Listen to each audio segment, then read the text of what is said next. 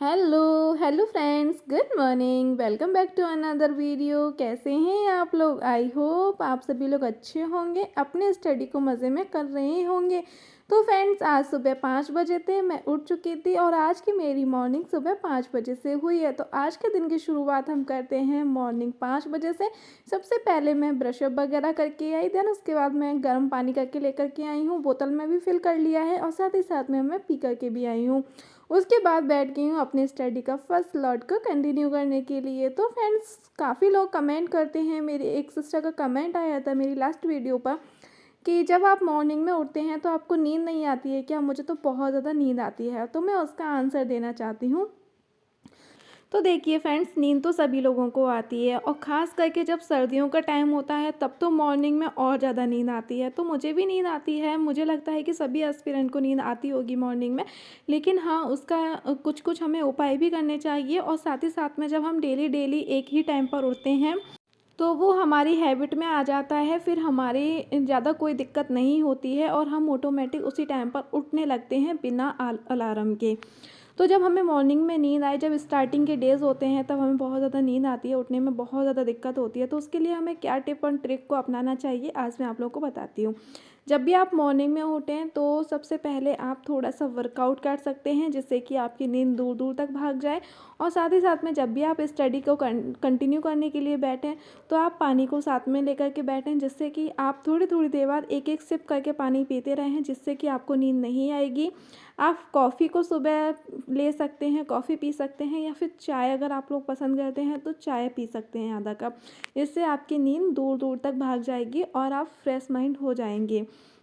इस तरीके से आप अपने थोड़े थोड़े से रूटीन को चेंज करेंगे और जैसे ही आप थोड़ा टाइम जैसे ही होता जाएगा वैसे ही आपका ऑटोमेटिक वो हैबिट में आ जाएगा। फिर आप विदाउट अलार्म देखेंगे कि विदाउट अलार्म आप जगना स्टार्ट हो जाएंगे। तो बस स्टार्टिंग में यही छोटी छोटी सी टिप एंड ट्रिक हैं जिन्हें अपनाना चाहिए और उसके बाद वो चीज़ें हमारे लिए नॉर्मल हो जाती हैं। तो अभी मेरे लिए नॉर्मल हो चुकी हैं, सुबह 5 बजे में ऑटोमेटिक अपने आप से आँख खुल जाती है मेरी विदाउट अलार्म। मैं स्टार्टिंग में अलार्म लगाती थी, लास्ट ईयर आप लोग देखेंगे कि मेरे अलार्म वाले आपको ब्लॉग्स मिलेंगे जिसमें मैं अलार्म लगाती थी। बट अब मुझे अलार्म लगाने की ज़रूरत नहीं होती है। हाँ, अगर मुझे 3 बजे या 4 बजे जगना हो तो मैं अलार्म लगाती हूँ, 5 बजे के लिए मुझे अलार्म की नीड नहीं होती है।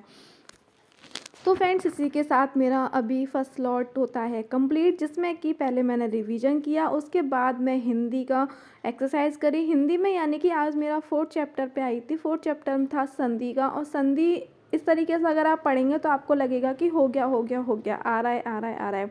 लेकिन मेन चीज़ होती है संधि की, हमें ज़्यादा से ज़्यादा एक्सरसाइज करनी चाहिए, प्रैक्टिस करनी चाहिए, उससे आपकी ज़्यादा अच्छे से संधि होगी आपकी। इस तरीके से एक्सरसाइज होती है ना, उन्हें हम जितना ज़्यादा प्रैक्टिस करें वो चीज़ें ज़्यादा अच्छे से स्ट्रांग होती हैं। तो मैं बुक कभी भी गंदी नहीं करती हूँ, आप लोगों को पता ही होगा। जब भी मैं एक्सरसाइज करती हूँ तो नोटबुक में इस तरीके से नंबरिंग करके और फिर उसके आगे ABC जो भी ऑप्शन सही होता है उसको करेक्ट करके मतलब लिख करके और फिर आंसर की मैं चेक कर लेती हूँ पीछे। इस तरीके से मैं एक्सरसाइज को कंप्लीट करती हूँ।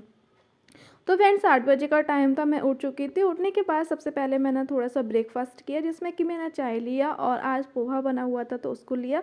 उसके बाद सबसे पहले मैं ऑयलिंग कर रही हूँ हेयर्स में, क्योंकि बाल बहुत ज़्यादा मतलब कि रूखे रूखे से हो रहे थे, क्योंकि सर्दी का टाइम हो रहा है तो इस वजह से, और मुझे कल हेयर वॉश करना था तो इस वजह से। और फ्रेंड, जितनी भी फीमेल लोग मेरे ब्लॉग को देख रही हैं तो प्लीज़ आप लोग कमेंट करके बताना कि हेयर फॉल के लिए क्या उपाय है, क्योंकि मेरा भी बहुत ज़्यादा हेयर फॉल हो रहा है। अगर आपको कुछ भी उपाय पता हो तो प्लीज़ कमेंट करके मुझे ज़रूर से बताना। तो फ्रेंड्स, थोड़ा सा अपना हुलिया सही कर लेती हूँ, उसके बाद घर के जो चुटर मुटर वाले काम होते हैं उन्हें कंप्लीट करूँगी। इसी के साथ मैं अपनी पिछली वीडियो के कमेंट पर बात कर लेती हूँ। तो काफ़ी सारे लोग कमेंट करते हैं कि सुपर टेट कब तक आएगा, सुपर टेट की कोई उम्मीद है, सुपर टेट के लिए बताइए।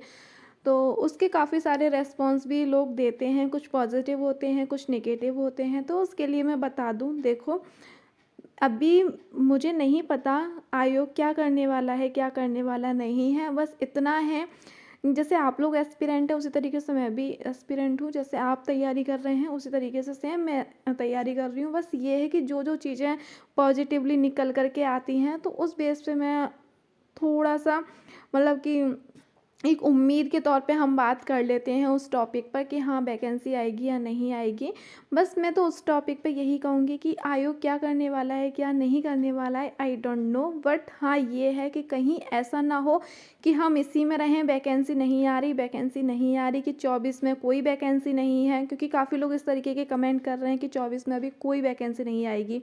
तो कहीं ऐसा ना हो जाए कि हम लोग कहते रहें 24 में वैकेंसी नहीं आएगी, वैकेंसी नहीं आएगी, और वैकेंसी आकर के चली जाए। जैसे कि आप लोग पता है कि 69,000 वाली में भी टाइम नहीं मिला था, उससे पहले जो वैकेंसी हुई थी उसमें भी टाइम नहीं मिला था, और अभी अब मतलब प्रेजेंट की भी बात की जाए तो आप यूपी पुलिस का जो अपने यूपी में वैकेंसी आई हुई है उसका ही देख सकते हैं। एग्ज़ाम डेट कितना जल्दी आ गई, बिल्कुल भी टाइम नहीं मिल रहा बच्चों को पढ़ने के लिए। तो वही चीज़ है, जब भी हम लोगों को फॉर्म मिलेगा देखने को सुपर टेट का, तो हम लोगों को फॉर्म के साथ साथ में एग्ज़ाम डेट बहुत जल्दी आ जाएगी। हमें हार्डली 30 से 35 या 40 दिन मिलेंगे स्टडी के लिए, तो उस टाइम पे आपका सिलेबस भी कंप्लीट नहीं हो पाएगा।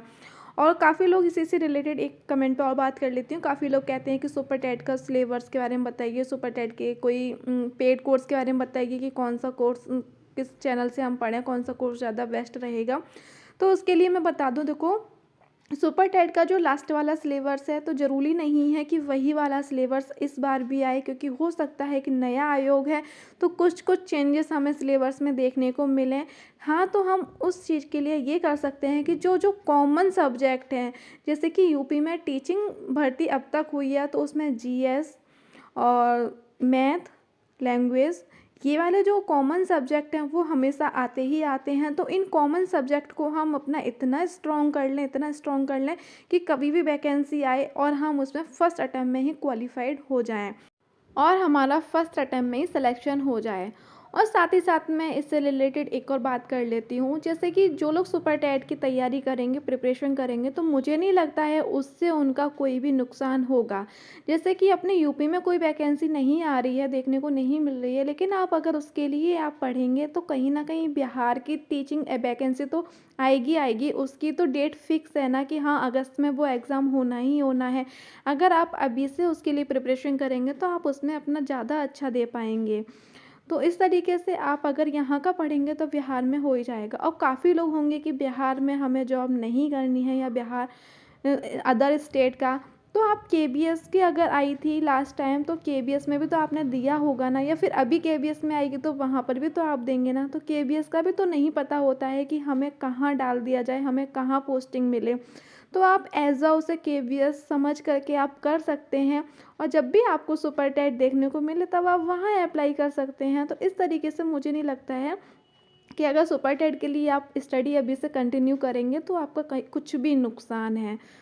तो इस तरीके से अपनी स्टडी को कंटिन्यू रखिएगा, कहीं ऐसा ना हो कि सुपर टेट आ करके चले जाए और हम लोग इसी में लड़ते रहें कि सुपर टेट आएगा कि सुपर टेट नहीं आएगा, 2024 में सुपर टेट देखने को नहीं मिलेगा। तो फ्रेंड्स, इसी के साथ अपनी वाणी को विराम देती हूँ और अब चलते हैं अपने ब्लॉग की तरफ। तो फ्रेंड्स, अभी ये दोपहर का टाइम था, अभी घर के सभी छोटे मोटे वाले जो काम थे जैसे कि क्लीनिंग वगैरह वो सभी कंप्लीट कर आई थी। उसके बाद नहा धो करके अपने स्टडी का सेकंड स्लॉट में कंटिन्यू करी थी, जिसमें कि मैं मैथ को करी थी 2 घंटे, और 2 घंटे मैथ को करने के बाद अभी मैं कर रही हूँ साइंस का रिवीजन।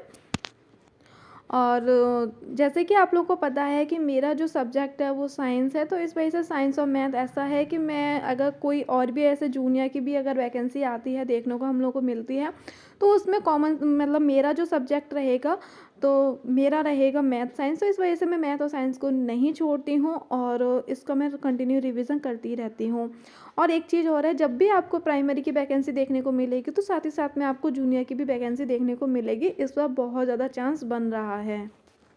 और फ्रेंड्स, इसी के साथ एक कमेंट पर और बात कर लेती हूँ। एक सिस्टर का कमेंट था कि आपका सुपर टेट का मैथ कंप्लीट हो चुका है क्या? तो सुपर टेट का जो मैथ है उसका जो टॉपिक वाइज है, जी हाँ वो तो मेरा कंप्लीट हो गया है। लेकिन मैथ एक ऐसा सब्जेक्ट है जिसे हम कह सकते हैं कि कभी कंप्लीट नहीं होता है, क्योंकि कोई भी क्वेश्चन है कभी इस तरीके से आ जाता है कि वो हम पर नहीं आता है, तो उस चीज़ को हम फंस जाते हैं। मैथ का आप जितना प्रैक्टिस करेंगे मैथ उतना ही ज़्यादा अच्छे से स्ट्रांग होता जाएगा। तो इस वजह से मेरा टॉपिक वाइज तो हो चुका है, बट मैं मैथ की प्रैक्टिस फिर भी डेली करती रहती हूँ। तो फ्रेंड्स इसी के साथ आज के ब्लॉग को मैं ख़त्म करती हूँ। उम्मीद करती हूँ आज का ब्लॉग आप लोगों को पसंद आया होगा।